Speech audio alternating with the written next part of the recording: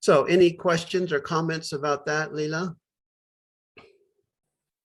Yes, I think we are in the Ibrahim's slide. Yes, yeah. And we So, will go to the talk about David. well, we'll go to Moses next. Moses is Moses. the next person in the timeline, and a lot of people know about Moses too. So let's carry on with Moses. So who is Moses? Moses is one of the descendants of Abraham. Abraham has a big family, a lot of descendants, a lot of children, and this nation grows. It grows into a very big nation, the nation of Israel, the Jewish people. But Moses is going to be a key figure, a very important figure in the history of Israel, because what happens, well, let's see, let's maybe skip ahead. God's going to make a covenant with the leader of Israel, who is Moses, and he's going to say, if you love the Lord and you serve the Lord and you obey the Lord, blessings will result. It will go well with you as a people. Okay, but here's the story of Moses.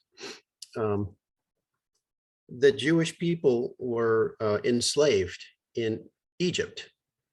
They became the slaves of the Egyptians, and the leader, the king of Egypt, his title is Pharaoh. You've probably heard of the pharaohs of Egypt. They are the kings.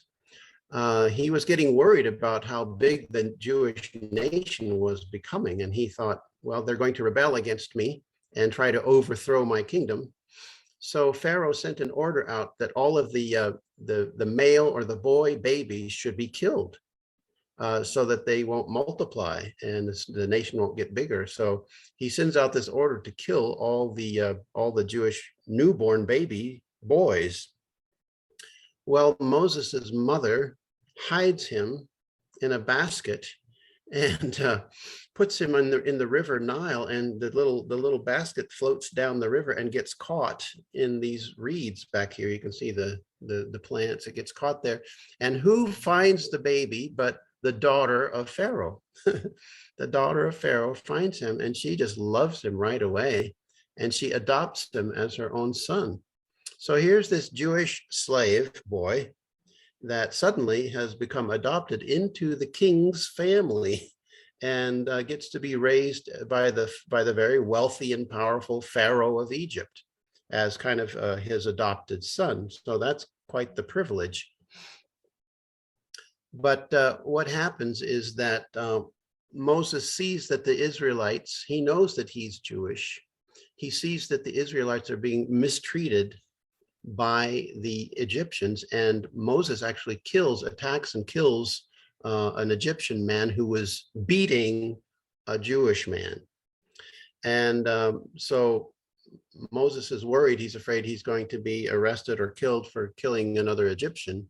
And so he flees, he leaves, he escapes, and he goes out to the desert next to between Israel and Egypt. He goes to the desert and finds a family there, and he marries one of the family's daughters.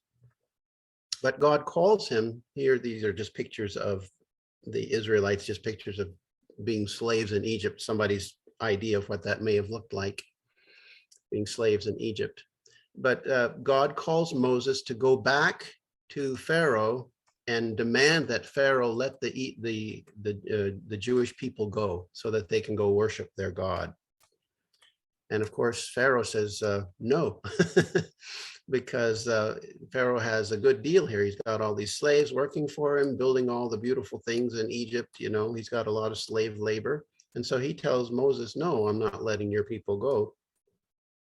So what happens next is God sends 10 plagues on Egypt. Plagues are like just disasters that happen. And so these are pictures of the 10 disasters. The first one is that God turned the Nile River into blood. Then the next one was a plague of frogs. Frogs started going everywhere in the land and eating things. The next one was gnats, the little bugs that fly everywhere and get in your eyes and your nose and your food. Then flies. Then he sent a disease on the animals in Egypt. Then on the people, there were sores, boils all over their skin. He sent hail and fire to fall on the people. And then locusts, grasshoppers, a plague, they eat all the food, a plague of darkness. And so each one of these, each time this happens, Moses goes back to Pharaoh and says, okay, you're going to let my people go now? And Pharaoh's heart just gets hard each time. He says, no, I'm not doing it. And after each plague, Pharaoh says, no, he's got the hard heart. But this last one, this last plague, here's an important story. God says, I'm going to kill on a certain night, I'm going to come and kill the firstborn of every family, the first child born in every family, even the animals firstborn, I'm going to kill. And that would mean disaster, for every family. But okay, now here's another red star, and maybe we'll stop after this and let people rest and think about what we're talking about. Whoops, I didn't want to go. This red star here means that, let me move my picture. I don't know if it's blocking your view, but it's blocking my view. The last plague was the death of all the firstborn children and animals. And God said, on that same night, I will pass through Egypt and strike down every firstborn of both people and animals. I will bring judgment on all the gods of Egypt. I am the Lord. The blood will be a sign for you on the houses where you are. And when I see the blood, I will pass over you. No destructive plague will touch you when I strike Egypt. So God is telling the Jewish people to take the blood of a lamb and put it on the sides of their houses and on the top frame of the house. So here, here, and here. And that blood is kind of a protection. So when the angel that comes to kill the firstborn sees the blood, he passes over the house and doesn't kill anybody. Again, you see the symbolism here. The life of this animal protects the people from being killed. It's this substitute idea again. This animal has died, and that's a protection. His blood is a protection for the people inside. So the Israelites don't get harmed when the angel comes. Yes, here's kind of a picture. The house is not. Sorry. The language of Egypt language. Oh, this is Arabic down here. Oh, Arabic. Because when I first made these slides, I made it so I could show it to my Muslim friends, my Arab friends, when we were living in France. Yeah. I had a lot of friends there that were from North Africa, so I put that there so they could read it in their own language. Yeah. So this is just a picture of maybe this is what the angel looked like when he came and was visiting death on the firstborn of each of the Egyptian homes. But the Jewish homes were safe because of the blood. So here's a picture of even Pharaoh's son dying. This is some artist's idea. So he was unprotected by the blood of the lamb, the substitute for human life. And all the firstborn children and even animals died as the angel of death came in the night. Pharaoh's own son died as well. The Hebrews, however, put the blood on their houses and were passed over, protected from the angel of death. There's a Jewish festival now called Passover, and it celebrates this time where God saved the Israelites when they were in Egypt, saved them. So this is the thing that finally convinces Pharaoh to let the Hebrews, let the Jewish people leave Egypt. This picture is from a movie called, I think, Night at the Museum. And there's a lot of things in there that aren't possible. Like back here, there's the globe of the world. Yeah. That didn't exist back in Pharaoh's day, but for the movie, they didn't care. They just put stuff in there for the movie. But I thought the picture's still kind of good because it looks maybe like what Pharaoh looked like. Yeah. He lets them go.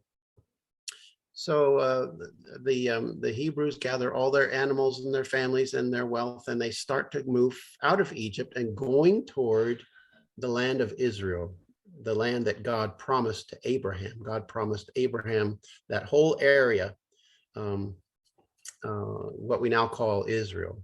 So they're heading home, basically. They're leaving Egypt, the slavery in Egypt, and they're moving into the free land that God has given them. But they have to cross what's called the Reed Sea or the Red Sea.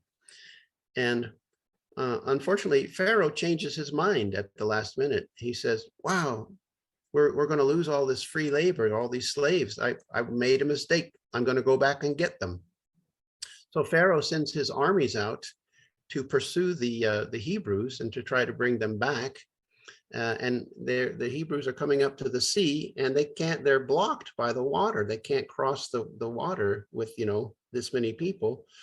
And God performs this amazing miracle. He divides the water so that the Israelites can pass through on dry land. Oh, I'm going before that. They pass through on dry land. And then when the Egyptians get there, the waters fall back over them, and that Pharaoh's army is destroyed.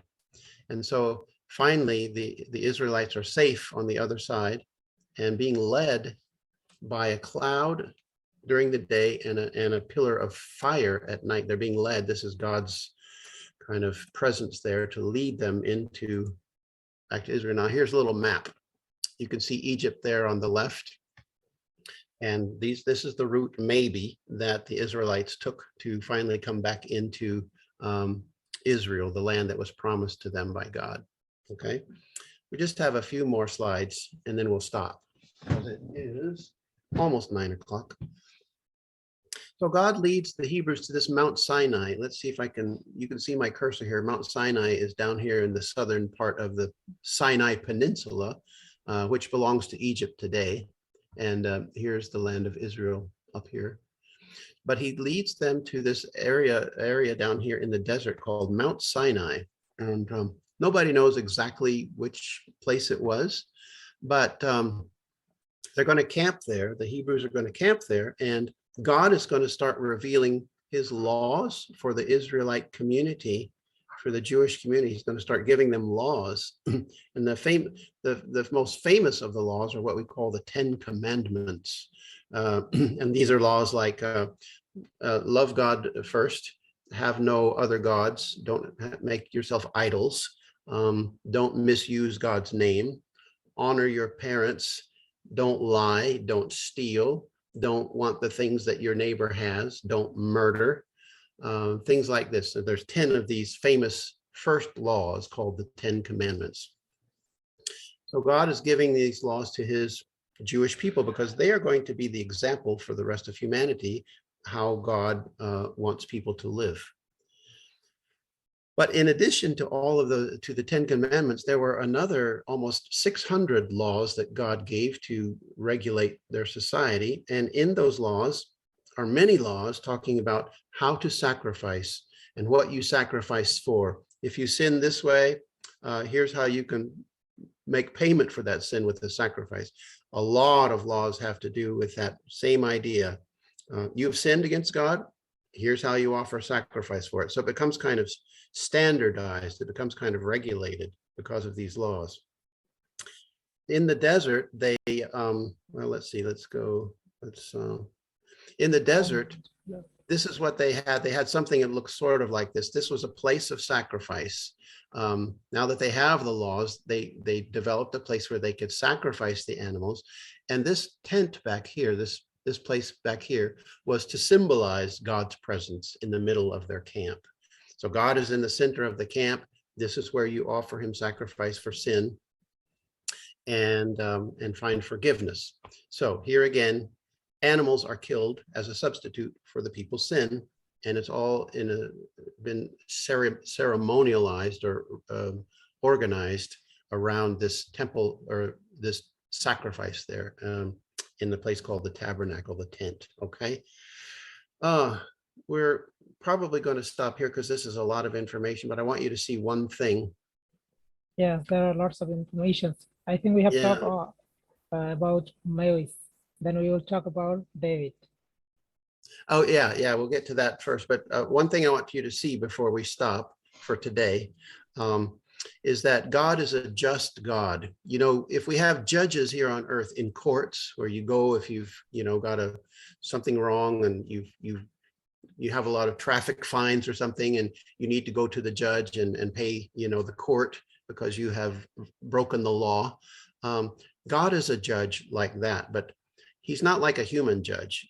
God is a 100% judge. And if you've broken God's law, then there must be a payment. There must be some kind of punishment or a payment if you've broken God's law. So God is very strict that way. He's not like a human judge. A human judge might say, "Oh, pay me a little bakshish or a little bribe, and I'll just let it go," you know. Yeah. But God's not like that. God's not like that. You can't bribe God. But at the same time, he's a just judge. But he's also God is. The Bible says that God is love. God is love. He loves his creation. He loves Leila. He loves Wes. He loves his creation. That's And so he says, how am I going to do this? How can I love creation that needs to be punished? Mankind is sinful. They need to be punished, but I love them too. So how am I going to solve this problem? Well, he provides the payment himself. Imagine you're in a court of law and you have a stack of traffic fines that Leila has given you because he's the policeman, right? He gave you a lot of tickets and you're in front of the judge and you say, Judge, I just can't pay that. It's too much. You're just going to have to punish me. But imagine somebody steps in and pays the fine for you. Then you're free to go. The judge can let you go. You can walk out of the courtroom a free man. It's paid for. Yeah. So this is what God does. He says, you're guilty before me, but I will pay the fine. I'll pay the fine. And the way they did it in the Jewish time, and this time here that we're looking at, was through the sacrifice of animals.